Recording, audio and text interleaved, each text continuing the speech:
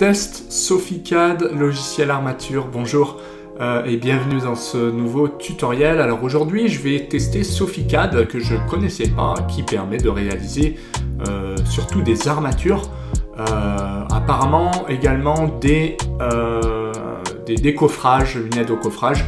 Mais voilà, donc moi je connaissais pas, mais avant qu'on aille plus loin, pensez à vous abonner à la chaîne et à activer les notifications pour ne rien louper. Allez, c'est parti tout de suite. Bienvenue sous l'environnement SophieCAD, enfin AutoCAD, hein, puisqu'en fait SophieCAD est un applicatif compatible avec AutoCAD. Comment ça se passe? Ce qui est assez sympa, c'est qu'il y a deux possibilités. Soit vous utilisez votre AutoCAD, et dans ce cas-là, vous payez seulement l'applicatif, soit il y a un noyau qui est avec AutoCAD qui vous permet d'avoir les deux en fait. Donc ça, je trouve que c'est très sympathique. Alors par contre, pour l'instant c'est en anglais. Donc moi j'ai installé la version anglaise. Du coup j'ai AutoCAD 2022 en anglais parce que j'ai pris le noyau voilà, pour tester. Donc noyau OEM contenant donc AutoCAD. Alors, l'AutoCAD, il est en anglais, on retrouve, vous avez l'habitude. Hein. Par contre, ce qui est nouveau, c'est Detailing. Alors, Detailing permet de faire, c'est assez sympa, des niveaux, des cotations. Enfin, il y a déjà un système en fait pour vous mâcher le travail, je dirais, en dessin. Par exemple, il y a un catalogue de murs 2D. Mais il y a également un catalogue de, par exemple pour faire des coupes, pour faire, je sais pas, j'ai vu ça, Windows, pour faire des fenêtres, ou même des portes, ici. Voilà, donc on peut faire un certain nombre de choses avec SophieCAD. Donc on peut faire du coffrage, mais on peut également faire du ferraillage, on le voit dans l'onglet ici. Alors, comment ça se passe ? En gros, c'est toujours pareil. Je vais plutôt faire des rectangles. Donc, ce que je vais faire, c'est rentrer des dimensions, histoire d'avoir quelque chose comme ça, pour avoir une trame. Là, je vais faire copie. Alors, tac, je vais copier F8. Voilà.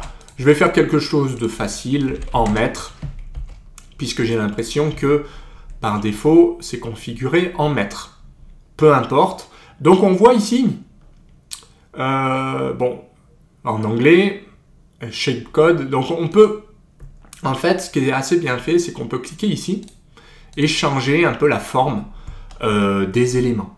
Par exemple, les cadres, bon, ils sont là. On peut mettre des cadres circulaires. On a pas mal de possibilités quand même sur ce SophieCAD. Et grosso modo, voilà le système. On choisit un diamètre, par exemple H6, l'enrobage.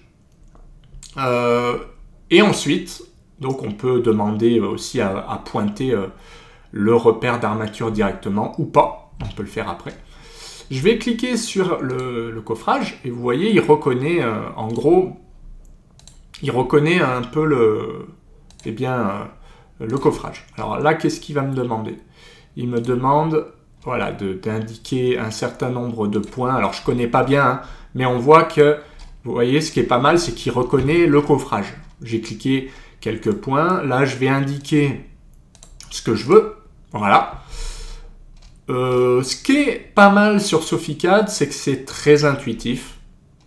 Par rapport à ADFR, c'est pas du tout pareil. On n'a pas à proprement parler d'onglets à connaître, c'est tout dans le ruban, ça c'est confortable. Et pour changer, on double-clique. Ça c'est tip top, parce que par exemple, pour changer l'échelle du croquis, on peut mettre 0,5, OK, et vous voyez automatiquement, ça se met à jour.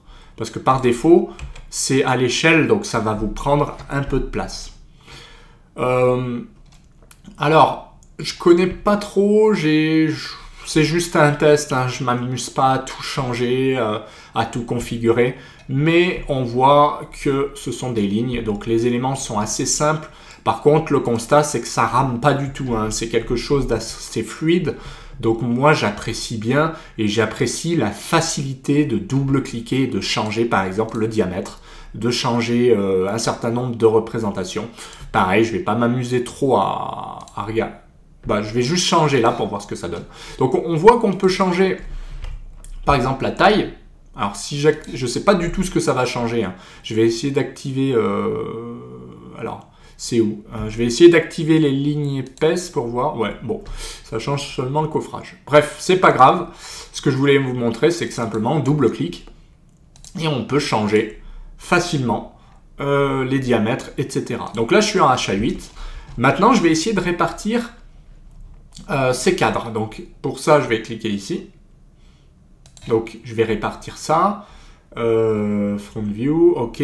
Donc je vais sélectionner F comme formwork. Je vais prendre ce système-là. Donc je clique ici. Et puis je vais faire perpendiculaire. Et puis je vais recliquer là-haut. Voilà, donc on voit que ça marche facilement. Hein. 2 points, je suis passé à... Vu que j'ai cliqué, bah, il a reconnu en fait automatiquement la forme. Alors ensuite, qu'est-ce qu'il faut? Ajuster, donc je vais cliquer ici, voilà, pour ajuster cette ligne-là. Donc on voit à quel point c'est facile.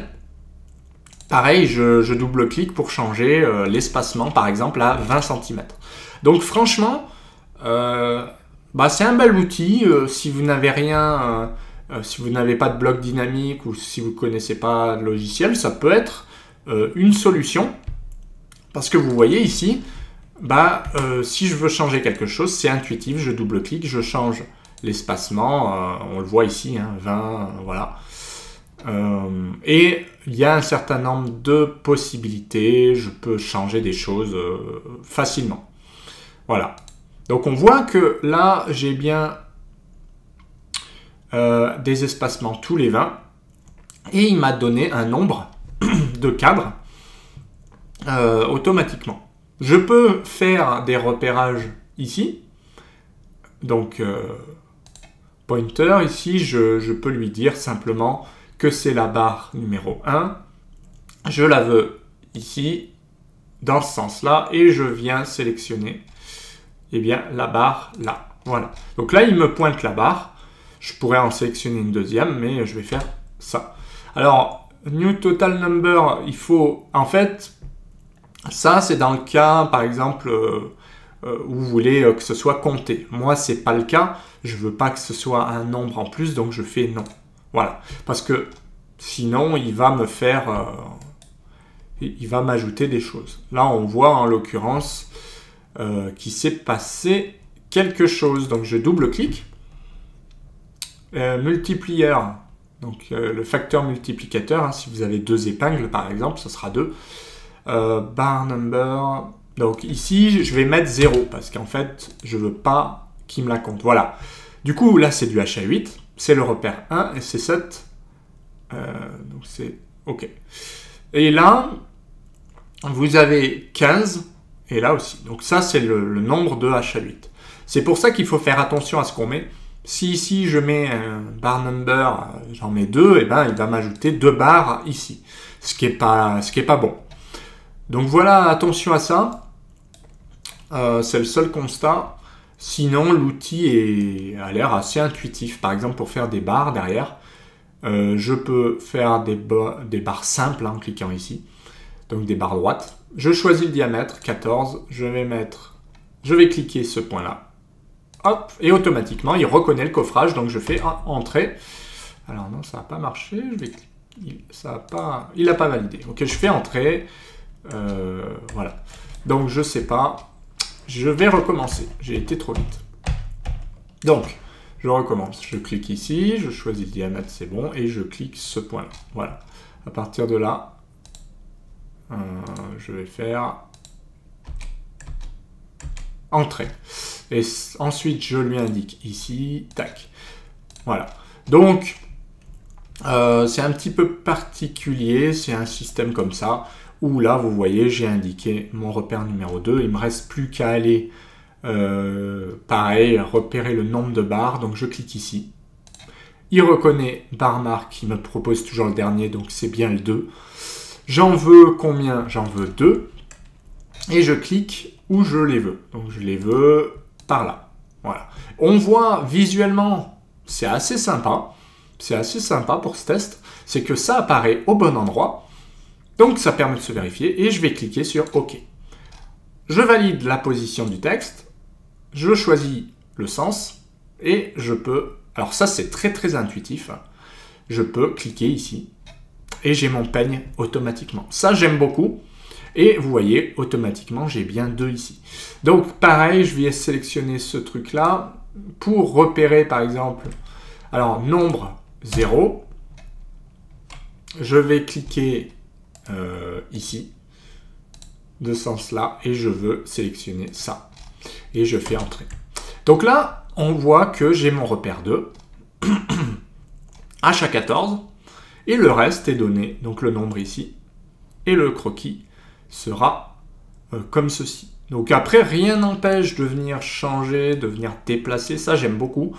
Pareil, c'est intuitif. On peut déplacer soit l'ensemble, soit seulement le croquis de la barre. Et je double-clique à tout moment. Par exemple, pour changer l'échelle, je vais mettre 0,3. Voilà. Pareil ici, c'est trop gros, je mets 0,3.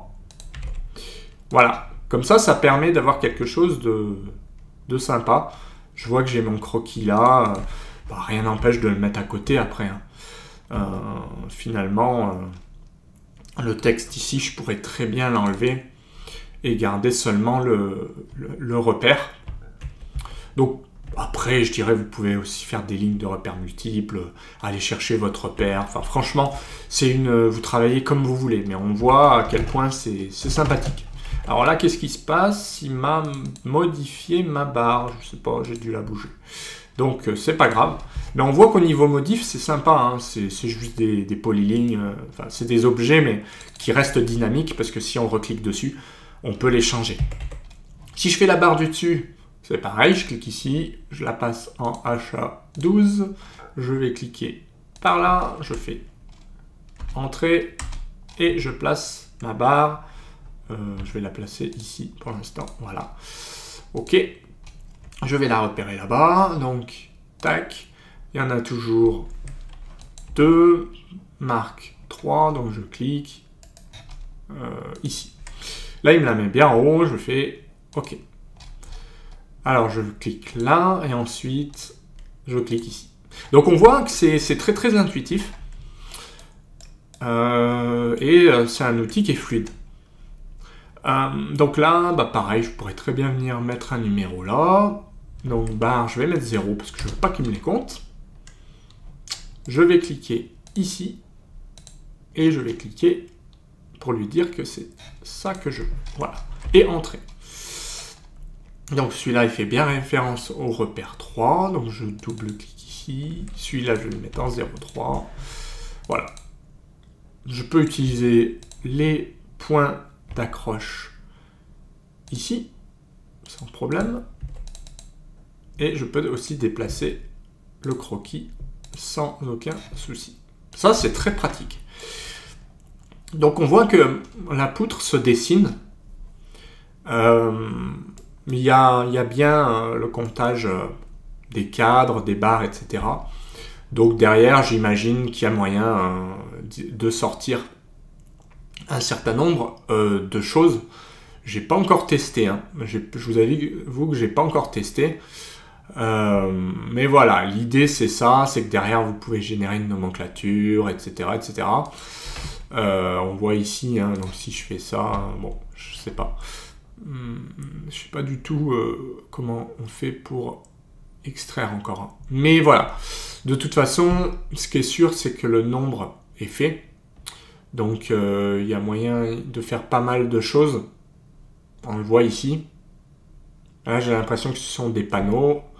Donc, on peut répartir des panneaux ici. On peut répartir des barres. On peut faire beaucoup de choses. On le voit ici. Hein.